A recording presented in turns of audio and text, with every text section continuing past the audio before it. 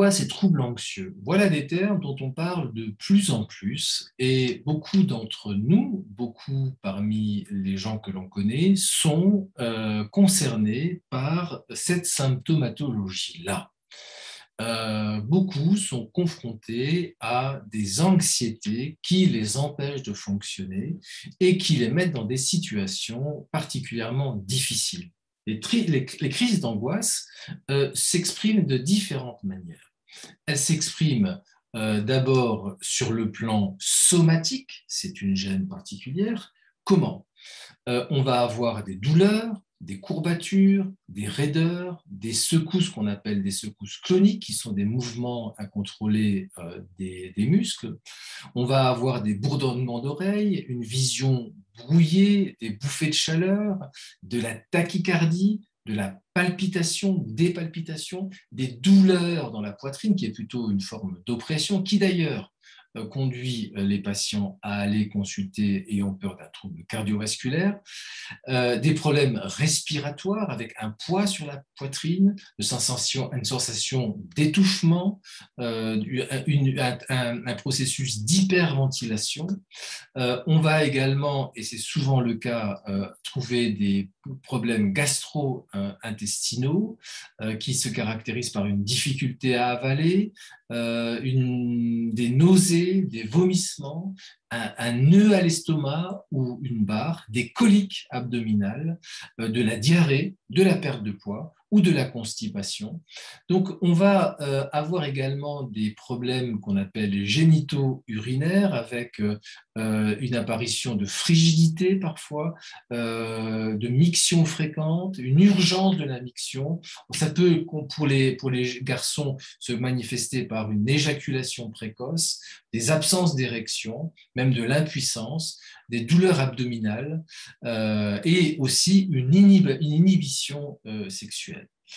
C'est une altération du système nerveux autonome avec une bouche sèche, des accès de rougeur, de la pâleur, de la sudation, des vertiges qui peuvent exprimer tout cela.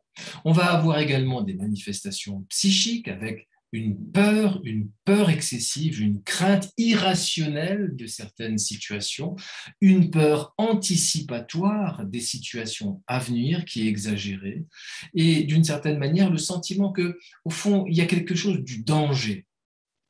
Ces sentiments qui peuvent aller jusqu'à un sentiment de mort imminente, de quelque chose d'extrêmement dramatique, va altérer le fonctionnement du sujet avec une perte de la concentration, un doute concernant ses propres capacités à faire face, des tics qui vont également apparaître, mais également des symptômes phobiques qui vont également émerger. Alors, on va trouver différentes formes d'anxiété. D'abord, on va trouver ce qu'on appelle le trouble anxieux généralisé.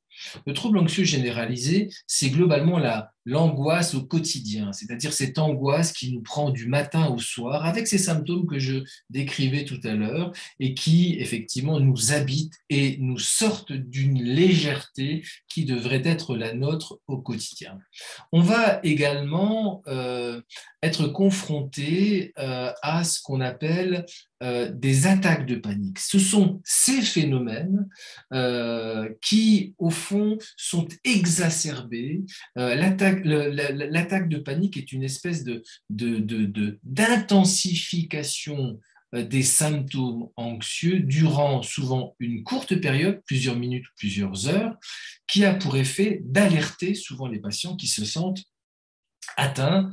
Souvent, le sentiment, c'est qu'on est pris par un risque cardiovasculaire et qu'il faut absolument consulter pour effectivement se libérer de cette peur et se sortir de cette atteinte physique qui n'en est pas, puisqu'elle est éminemment psychologique. Cette attaque de panique peut survenir dans n'importe quelle condition. Le problème de ces attaques de panique, c'est qu'elles sont presque traumatiques, c'est-à-dire qu'on a le sentiment que le cœur s'emballe, qu'on perd le contrôle de son organisme et qu'on va mourir. Et d'une certaine manière, ça crée une espèce d'appréhension eh bien, de la future attaque de panique, c'est-à-dire qu'on est dans une espèce de peur de l'angoisse, d'angoisse de l'angoisse. Hein. Et de ce point de vue, ça va créer des états anxieux particulièrement aigus.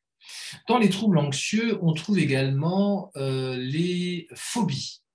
On peut définir les phobies comme des craintes irraisonnées, mais intenses, parfois très extrêmes, liées à un objet ou à une situation qui, en soi, n'ont pas de caractère dangereux. Par exemple, la phobie de la voiture. On sait bien que prendre la voiture, c'est dangereux, mais heureusement, on ne risque pas sa vie à chaque fois qu'on prend la voiture. La phobie de l'ascenseur, la phobie de l'araignée, la phobie du sang. On peut avoir toutes les sortes de phobies. Au fond, contrairement à d'autres types de pensées angoissantes, la crainte est strictement liée à la présence de l'objet ou de la situation phobogènes qui peuvent déclencher de véritables attaques de panique et toutes les angoisses disparaissent lorsque l'objet, au fond, ou la situation ne sont plus là. L'évitement, le sujet va éviter toutes les situations qui vont lui faire rencontrer sa phobie. Et évidemment, ça pose des problèmes, hein, puisque parfois, on va utiliser des stratagèmes plus ou moins radicaux hein, pour éviter les objets phobiques. Imaginez un patient qui a la phobie de l'autoroute, eh bien, il va doubler il va doubler son temps de circulation en passant par les routes. Mais le problème, c'est que d'une phobie de l'autoroute, et très vite on en arrive à une phobie de la route nationale, et à un moment donné, de proche en proche, les patients n'arrivent plus à prendre leur véhicule. On va poser le diagnostic de trouble phobique dès lors que les conséquences de ces phobies vont devenir handicapantes hein, et elles le peuvent très rapidement. Alors, je dirais que la peur phobique, ça renvoie à une forme de pathologie. Ça peut aller jusqu'à la panique.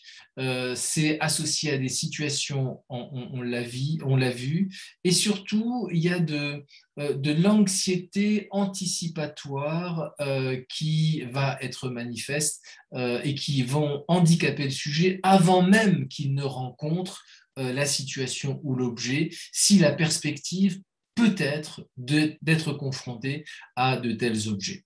Donc, on va avoir des phobies qui vont se déployer. Il en est une dont on parle beaucoup, c'est l'agoraphobie, qu'on confond souvent d'ailleurs avec la phobie sociale. L'agoraphobie, c'est globalement un ensemble de craintes, de situations où on ne pourrait pas s'échapper, dont on ne pourrait pas s'échapper. C'est-à-dire l'agoraphobie, c'est la peur de faire une crise d'angoisse ou une attaque de panique dans des circonstances où on ne pourrait pas s'évader, s'échapper et où on serait confronté au regard des autres. C'est ça l'agoraphobie. Et globalement, la phobie sociale, c'est véritablement être exposé à l'observation attentive des autres, dans laquelle on a peur qu'il nous arrive des choses humiliantes ou embarrassantes. Et on a peur de parler, on a peur du public, on a peur de manger en présence d'autrui, d'utiliser les toilettes publiques, de rougir. Donc, il ne s'agit pas d'une simple timidité. Ces craintes-là sont associées à des conduites d'évitement qui peuvent constituer un handicap social majeur.